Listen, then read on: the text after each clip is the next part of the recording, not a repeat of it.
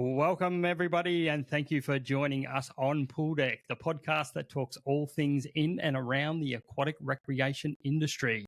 First of all, I want to welcome everybody from our aquatic world and wish everyone a happy new year. This is going to be our first podcast of 2024, and hopefully everyone is surviving the severe weather we've got. Perth is suffering from a bit of a heat wave at the moment. North Queensland, regional Victoria, they're all sort of suffering from floodings at the moment. So everyone stay safe out there, and hopefully we can get through this and have another great season. But today we're going to not be talking about weather. We're actually going to be talking about some special programs and a guy that I met over in New South Wales. It was in the Blue Mountains for a conference over there. And Peter Wilson is the managing director of Determined2 and runs a program called Immersion Therapy. Before we sort of get into that, I also want to welcome Peter onto the podcast, congratulations on setting up a great program.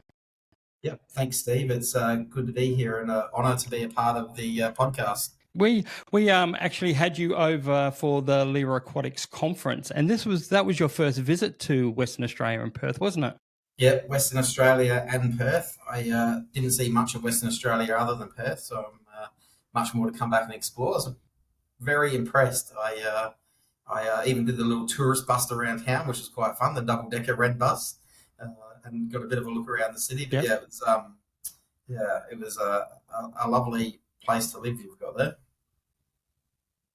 Well, hopefully that's not your first and only visit to our lovely state here in Perth. Now, I believe you're from Adelaide, South Australia. Is that correct? Yep. Originally, I'm from Outback, South Australia. Most people wouldn't know of. It's a little town called Corn in the Flinders Ranges, or Port Augusta at the top of the Gulf. That's where I'm originally from, and moved to Adelaide as a teenager. So you're the managing director of a company, Determined2, and you're running a program, and you can give us a little bit more details about the program. But it's a world first in therapy program, so it sort of like utilises scuba gear in a swimming pool, but it's not all about just learning to scuba dive, because that's not a sort of an uncommon thing. But the sort of uncommon thing is about the program and the process that of your actual program, Immersion Therapy. But firstly, before we get into the program, maybe you can give us a little bit more about you, Peter, as maybe some of your interests, your hobbies. I know is it a Port Adelaide sort of fan into the football and that as well. So just give us a bit of an overview about who you are and what sort of intrigues and interests you. I'm not sure I'd classify myself as a Port Adelaide supporter, although in the company of anybody that's not a fan of Port Adelaide, then I would be. Not that big of a fan of football at all, but I'm a eternal shit stirrer. So we'll go for whoever the opposition of the majority in the room is. And actually, I'm pretty dedicated. My wife's family, when I met my wife many moons ago, mad football family and mad Crow supporters. So I became a Port Adelaide member just to ruffle the feathers. So that's how committed I am to being Sarah. Hobbies and interests, they change time. My biggest hobbies these days, my passion is really with Determined2 and what we're doing with immersion therapy. And I think if that wasn't what I was doing for a job, that's probably what I'd do for a hobby. And it's certainly every day I get up and get an opportunity to go to work. That's what it feels like. It never really feels like work to me. Of course, it has it up and down. But outside of that, I love camping,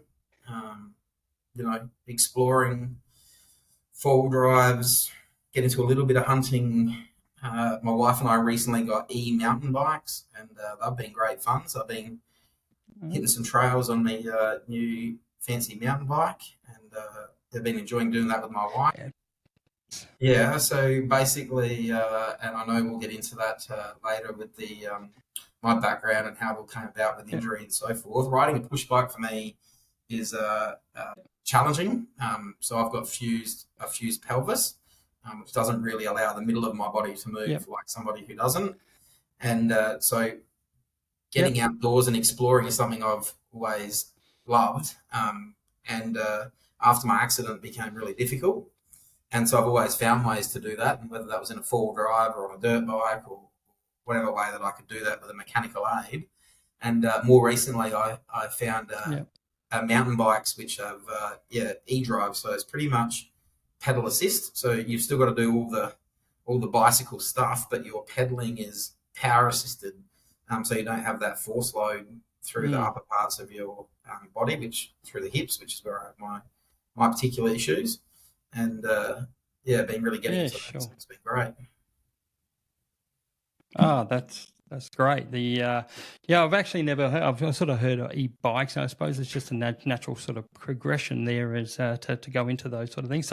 So you sort of touched on sort of the accident that you had, and I suppose listeners who sort of don't know you need to sort of have a little bit of context around that. If you don't mind, just sort of briefly giving a bit of an overview of maybe what happened in your incident and how you sort of was the driver to start to develop Determined2 in the Immersion Therapy program.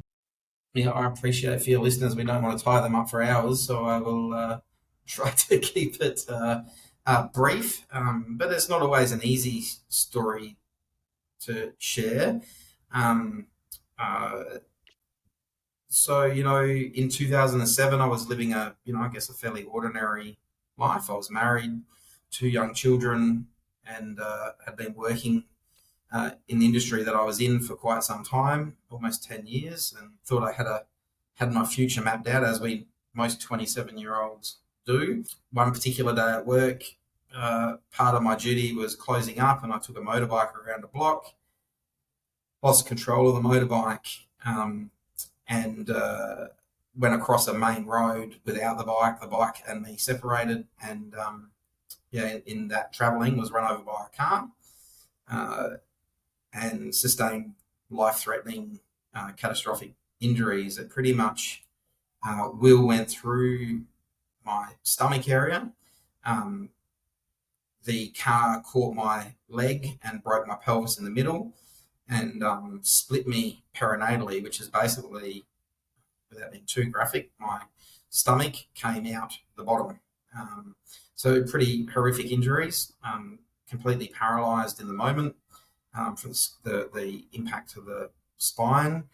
My wife met the ambulance at the hospital and in the emergency department was told to say goodbye. And so quite vividly remember us having that conversation, followed by about 9 hours of surgery, and the swelling reduced on my spine over the next sort of month or so, and feeling and movement started to come back. However, with the broken pelvis and the damage with my internal bits and pieces, that took quite some time to heal. All up was in a situation like with those types of injuries, you're actually not allowed to move. So I was flat in a bed for about 3 months, and then about 3 months out of hospital rehab into a wheelchair, onto crutches, and about a year later upright and starting to learn to walk again. So I guess that's the kind of accident. Our kids were quite young at the time, and so our daughter she was 18 months, didn't have a huge impact on her. Our son was 5, had quite a dramatic impact on him. And I guess, again, talking about it now, thinking, most people think they've got a plan for life, and that was certainly where I was at, and that threw a bit of a spanner in the works. That's quite horrific, and I really appreciate you sharing that with you to give the listeners a bit of context around obviously the type of injuries that you suffered, and the rehabilitation that you had to go through. So that sort of leads us into what got you interested to set up a program like this. Obviously, it probably may have benefited yourself, but to go out there and think about others as well, of how this could help others. What was that sort of process, and how did you go around sort of thinking about what you wanted to do with Determined2 and Immersion Therapy? Again, hindsight's a wonderful thing. So on reflection, as hard as that period in my life and what that impact for my wife and kids and those around me might have had, perhaps the next 7 years that followed were actually the hardest. I guess those early days, you're very well supported. But I think that also creates a consequence where it's easy to become a victim, and it's very easy for your world to become quite small. And I think other people that have been through trauma, and a person's perspective on the severity of that trauma is relative to them. So there's certainly doesn't have to be as catastrophic to have as big impact. Trauma affects everybody differently. And I guess for me, I dealt with it how most people would, which was just ignored it. And the catalyst for what I'm doing now, well, certainly wasn't out of any sort of heroic or superpower position. It was one of desperation. The hardest battles I've fought in my recovery have been my mental health. My physical health has been something that I've had to manage to live with, and there's challenges. But my mental health has been a continuous battle. And I guess in 2015, I was in a pretty dark place and had to make some decisions about what I was going to do next, and wanted to do something different. And I guess it was in that moment of deciding I was going to do something different and hopefully try and use some of my experiences rather than it being about me, that it could be about somebody else. Yep. And again, on reflection, it took 8 years to get to that position, and I know our service helps a lot of other people get better, but that service has also helped me get better. So there's been a lot of healing in that process for me as well. Sure. Now you obviously with Determined2 and Immersion Therapy, the actual program, obviously it's not just yourself. You've got a staffing around you, and looks like you've got medical and research team. Sort of give us a bit of a background, right? And sort of what's involved in that, and maybe start to give us a bit of a description of what this actual program is about and who's it for. Sure. So, today, where the business is at today in Adelaide, we've got around 8 or 9 staff. Most of those are full-time. That's directly in the business. And then external to the business, we're an industry partner to the University of South Australia, the School of Allied Health. So that comes with a team of incredible academics.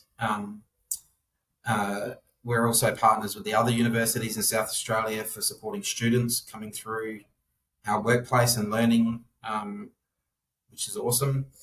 And then there's a team of medical professionals involved in various aspects, including the medical standards, which have had to be developed for what we do. There wasn't anything like this pre-existing to us doing it. So a lot of that's had to be built in collaboration with experts in those fields. We did start off small. It was myself and Brendan, who's still with the business today, a bit of an idea and a dream. And we really included those first few people that participated in the trials in the business as its development. And the business has evolved from there to where it is today. Where it is today, we have capacity in our venue for around 300 sessions a month, 15 sessions a day. And so you're right, it's a team. It's a real big team effort for where things are. As far as the program itself, again, from where it was when I scratched it out in a notebook in 2015 to today, it's been awesome to watch it grow. And it's really been an evolution of an input from the participants that have been accessing the service. So again, from my own lived experience with rehab and therapy programs, is often one of the most important experts is excluded, and that's the person themselves. And so we've really actively from the beginning tried to include our customers in the program design, evolution, innovation, and future direction. It was never intended in the beginning to be a therapy as per se as a therapeutic therapy, given that nobody involved in the business was a therapist. We're not really into the whole snake oil and shaman health services. That's never really been our thing. It was about getting people into an environment that they could be active, have some fun, and hopefully feel better about themselves for doing it. And I guess as a byproduct of that, people were getting better. And working with the universities, where I was able to identify that perhaps this actually was a therapy and it was providing therapeutic benefit. So starting to move the business and the needle towards that end and employing allied health professionals who have a university qualified degree, working with them. So they kind of joined that team of, we had our participants, them, and where we wanted to see the service progress to develop what you see today. Now, we mentioned at the start scuba gear. Now, what we're sort of talking about is not just jumping in the water and learning how to scuba dive, is it? So can you give us a bit of an overview of what the process is, or who are we actually getting into the pool and doing these sorts of sessions? Yeah, absolutely. So, yeah, it's a really easy conclusion for people to draw when they look at what we do externally. And most people are products of their environment, and they use the knowledge that they know. And so when they see the scuba gear, they're like, oh, you're scuba diving. The scuba diving's been around forever. So has adaptive diving. And there's all different sorts of organisations over the world that have done that from a recreational perspective. For us, the evolution into immersion therapy was really seeing it placed within that sphere of allied health services, just like you would with hydrotherapy or exercising in a gym. This was just another environment in which people could exercise or through physical activity improve their physical, mental, or social health. The scuba itself is just an enabler of that. And it's probably a little bit difficult to explain to your listeners, but if they're ever familiar with a rehab setting, for example, when people are learning to walk again, there's a thing called a loco mat. This is a machine which people get basically strapped into like a robot on a treadmill. The machine's not providing the therapeutic benefit. The moving again is. The machine is just the enabler of that movement to happen. Otherwise, the person would be stationary in their wheelchair. And so it's the same with the scuba equipment. We use the scuba equipment to be able to support people to breathe underwater, so then they can be supported by the water and perform the activities of interest to them to meet their goals, whether that be physical or psychosocial. There's actually no real evidence. Now, Yep, you go.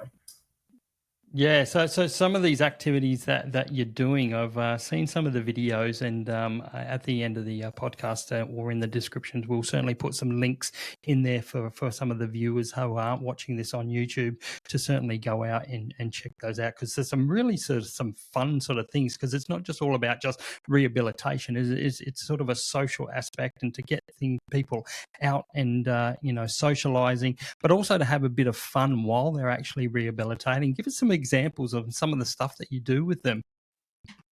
Yeah, 100%. I mean, everybody knows how beneficial exercise is for them. Very little people do it who don't enjoy it. So, this is just another option for people to exercise. And so everything is different. So some people are enticed by being in the gym. Some are enticed by swimming laps. They're all really good options for people, and this is just another one. The service, when it's being a lot of the research and so forth is being done, looking into those outcomes and benefits for people, because we've got a collective now, about 8 years of anecdotal evidence. And so we're now moving into the clinical trials and those types of research studies, is really shaping up to show immersion therapy as a biopsychosocial therapy, which is really the benchmark for community-based therapies. Like you said, not just focusing on the physical, and not just focusing on the psychological, recognizing that the human experience is a mixture of all of those. And so that's called a biopsychosocial model. And lots of services try to aim for that. Immersion therapy just has a natural encompassing of the biopsychosocial. So we generally will meet with our participants in the beginning to get a figure out for what interests them, and not make those judgments about them on their behalf. And so for those people that come in that have more of that psychosocial focused or interest, we'll make their sessions much more game-based, much more interacting and fun. They're doing that in an environment where every movement's against resistance, so they're going to get a physical workout as a byproduct anyhow. Much the same way in the opposite. Yep. If someone comes in with a very structured physical goal, they might want to improve their walking or their range of movement. We can focus the service around them. but we can't help the fact they're doing that in a pretty cool environment. And as one lady said, gives her street cred, which is quite, so that's improving her psychosocial health as well. Yeah. Yeah, no, that's great, because it's sort of like it's definitely not a one size fits all. It really is tailored to the individual and what their goals and aspirations are to achieve out of those programs, and that. So that's fantastic that you got that broad range there available for them. Now you're currently you're running this in Adelaide, South Australia. Is there any other states or interstate or internationally that you're actually running these programs? Yeah, so immersion therapy is world first. So we set ourselves a bit of a mission in the beginning when we were really seeing the impacts, that we wanted to get this out to as many people as possible. So we've registered our trademarks in Australia, the US, the UK, and the EU. And then we got to work with the task of how would you get this out to people. And so for the last 8 years, we've been, I guess you would call R&Ding that here in Adelaide. So it's been somewhat a deliberate cause while we've been providing the service. We've also been working to that bigger picture, which is making this service available to others.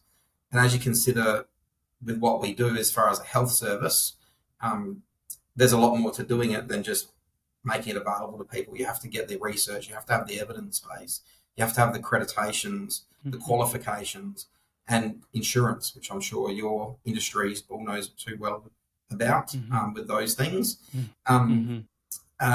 So we spent the last 8 years doing that. We've delivered about 10,000 sessions here in Adelaide. That's without any critical incidents or reportable incidents at all. So that's an outstanding safety record. We've been through the NDIS therapeutic quality safeguard auditing process, which is quite an intensive audit, external audit. For the therapeutic. And we've worked with the insurance industry to be able to build a public liability insurance for immersion therapy, because it is such a unique service, and to have that insured appropriately. And then, of course, working with the university to develop and get the training available so that an allied health professional who may never have touched any type of equipment like that which you use to breathe underwater safely and competently trained to be able to support other people in that environment to provide the therapy. So there's been a lot of work to do. We've long time looked for a partner to help us expand that vision. And I'm pretty proud to say last year we entered into an agreement with Belgravia Leisure after looking across the country as to who we thought not only had the resources and the capabilities and the venues, but shared our vision and values for inclusive service delivery and the reasons behind why you would want to deliver a service like ours. And Belgravia Leisure for us was a clear standout. And so now we're working with them. So Belgravia Leisure will be able to offer our service nationally across Australia and New Zealand, with a plan for 10 venues over the next 5 years. And you mentioned sort of previously around medical, is it rebates or insurance and that? So where does that sort of fit into it? Are they able to claim this on their own health benefits? Yep. So when we started, again, my accident happened when I was at work, and I just assumed everybody got what I got, which was access to therapies and support funded through your insurer. And then the reality when I started the company and realised that's not how it was for everybody. In fact, a big chunk of people didn't have any type of support. I guess it was there and then that we set a bit of a mission. We needed to make sure that those people that could be supported and funded were able to have access. So working through the regulations to be able to fit that mould for therapeutic services. So in Adelaide, people that are injured at work, so work cover, a road accident victim, accident here in South Australia, that's the CTP or Lifetime Support Authority. And then there's probably more newer after we started the business was the NDIS. So NDIS wasn't a thing when we started, it was only sort of starting to come in. But certainly these days makes up a big part of what we do, and people choosing to access our service as part of their therapy package. We've got an ongoing commitment. So in the early days, a lot of people weren't funded. So we were providing a lot of pro bono services to people. and just making it work. And over the years, as the service has become more credible and registered and meeting all those criteria, we're at a point now where pretty much the majority of participants are funded through their various different funding schemes, and they can choose to access immersion therapy just like they would if it was hydrotherapy or any other type of therapy, available to them through physio, exercise physiology, or OT. The other part of our business is not everybody fits that mold, and that's unfortunately a real thing in our country. And so we have an ongoing commitment, which Belgravia is committed to carrying on as well, which is 10% of the people that participate who don't get access to funding can also access the service. But obviously this is a water base, and I would assume there's a lot of land-based sort of programs out there for disability and specific needs.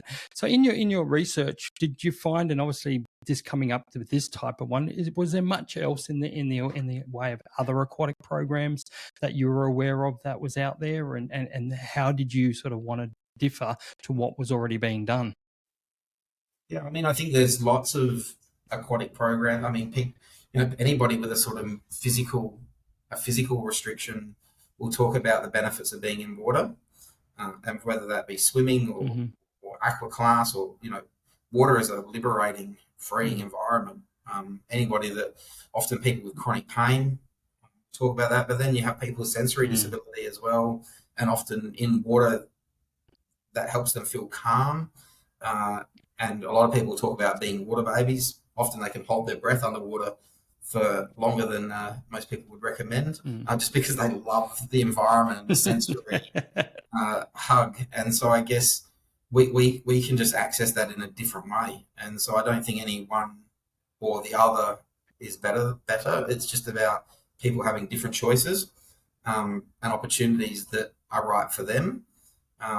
And so, yeah, there's long-standing programs and research and evidence to the point where water-based therapies are almost that much of a given for a benefit that they obviously don't get a lot of research, because it's almost so that sort of leads us into, are we doing enough? Obviously, you're seeing a demand there for the amount of people, and you mentioned, sort of how many programs that you're running there. So is there enough there to, sort of for the amount of people that are actually requiring this, or is, is that why you're looking to expand, obviously, interstate or within yourselves? Yeah, so for us specifically, immersion therapy, obviously, there is nowhere else where people can do it. And so that doesn't really fit well with our vision, which is to see that as many people have access as possible. So that's why we're expanding immersion therapy, because we want to see as many people have the choice if they choose it. I think, speaking more broadly on a venue to your type of listener group, have a think more about the exclusions aren't necessarily the programs. I know this is true for myself, and I can't speak for other people with disability. All I can do is share the lived experience that I have, and then the stories that have been shared with me by others. But your best educators are already in your community. They're the people you want to include. You just have to find a way to ask them what their needs are. But from my experience, the environment is the enabler or the disabler. And so, for example, pools might not have ramp entry. They might have ramp entry, but they might not have a lifter. And then people might say, we've got a ramp, why do we need a lifter? It's because a ramp doesn't work for everybody, neither does a lifter. So you have both. When we talk about change rooms, I was at an aquatic centre in South Australia here, a regional one, a brand new facility, no high needs change room. And when I asked why they didn't have one, and that was after explaining what one actually was, with the overhead lifter, adult size change table, support station, automatic door, the person looked at me and said they didn't think they had people like that in their community. I mean, that's just the type of stuff that we're dealing with. And to try and explain to that person the reason they didn't have people like that access in their venue was because they didn't have the facilities. So I think when you ask what could be done better, I think it's speaking to the people in your community. But my view of inclusion and being inclusive is having as many options for people as possible. So thinking about ways, not that you can solve the problems for others, but create as many options for people to choose to have the participation and the experience that they want. And then, of course, being able to communicate that to the community that you've got those facilities is really important, because don't underestimate the community's, I guess, what's the word? You know, a lot of people have just given up and resigned to the fact that the community is not accessible to them. So if you've got a high needs, so it really is a collective, isn't it? Yeah. Like you speak to people with high needs. Really, is it a collective tool? I just don't go out because I know when I get there, it's not going to be suited to me. So if you're spending that money and putting that infrastructure in place, you have to include those people, and then also get that out there that you've got those facilities. Because often, once people are in the water, that environment is really accessible. It's the how do you get in there, and then what do you do afterwards? How do you get changed? Yeah.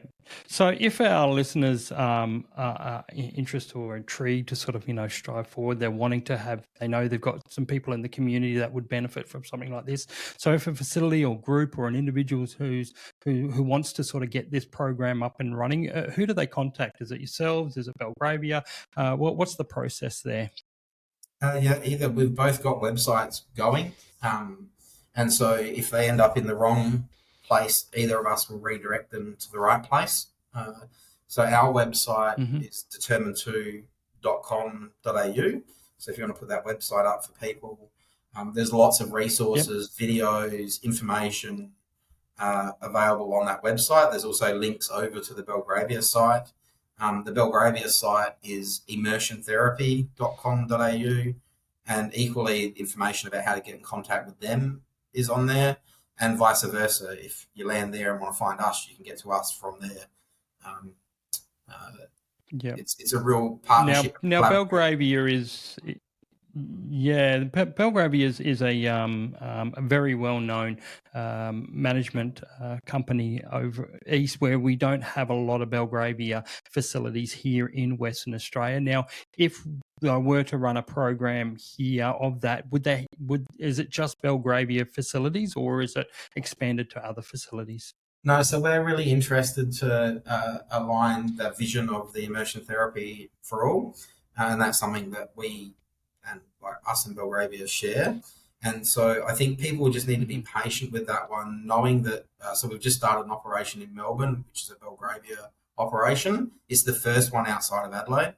It's the second one in the world, and it's the first one for Belgravia Leisure. I think time and patience is key. When you're doing something like this, it shouldn't be rushed. Insurance matters. Qualifications matter. Safety matters. We've got a bit of a mantra between Determined2 and Belgravia, which is we want to see this available to people as fast as safely possible. And so I definitely think it's going to be a slow process in the beginning. But we both agree that in time, states like Western Australia, which don't have a lot of the venues are council owned and operated, which are awesome. Same in Adelaide, like the centre we're here in Adelaide is owned by the Adelaide City Council and operated by the Adelaide City Council. Determined2 is an independent operator providing that service within that venue. I'd very much think that, a couple of years down the track, we could easily see something like that happening across to be able to give this, again, access to people where Belgravia isn't necessarily the venue manager, if that makes sense. Sure. Well, we're nearly out of time, and it's been an absolute pleasure talking to you, Peter, and to give us a bit of an insight into your world. And I really appreciate sharing your story and how you've set up this business and to really benefit a lot of the community, not just in the disabilities, but, all sort of family and friends that sort of support those sort of people and that as well. So it has been a fantastic journey. Do you want to give the listeners just a bit of a insight into your social media, your links and that to your websites and so forth, and we'll also put them up on our post podcast. Yeah, sure. And thanks for having me, Steve. It's been a this introduction to the aquatics and leisure industry has been a bit of a whirlwind for me. Although we've been providing services in this space now for 8 years, the actual connection into the associations around Australia has been relatively new and been quite eye-opening. I guess I hadn't really appreciated how much of a disruption a service like ours is in that space. But that's cool. I think innovation comes from disruption. I think I've even got it in my email signature tag, which is the light bulb did not come from the continual improvement of candles. And so if people want to reach out to us, again, there's the Determined2.com.au site. There's the Immersion Therapy.com.au site for that more national presence. If they want to reach out to me, it might just be, picking up on one of those points around their venue and how to, how could they be more inclusive? I'm happy to, if it helps people access the community, give my time freely. I do that every day. They can reach out through our website.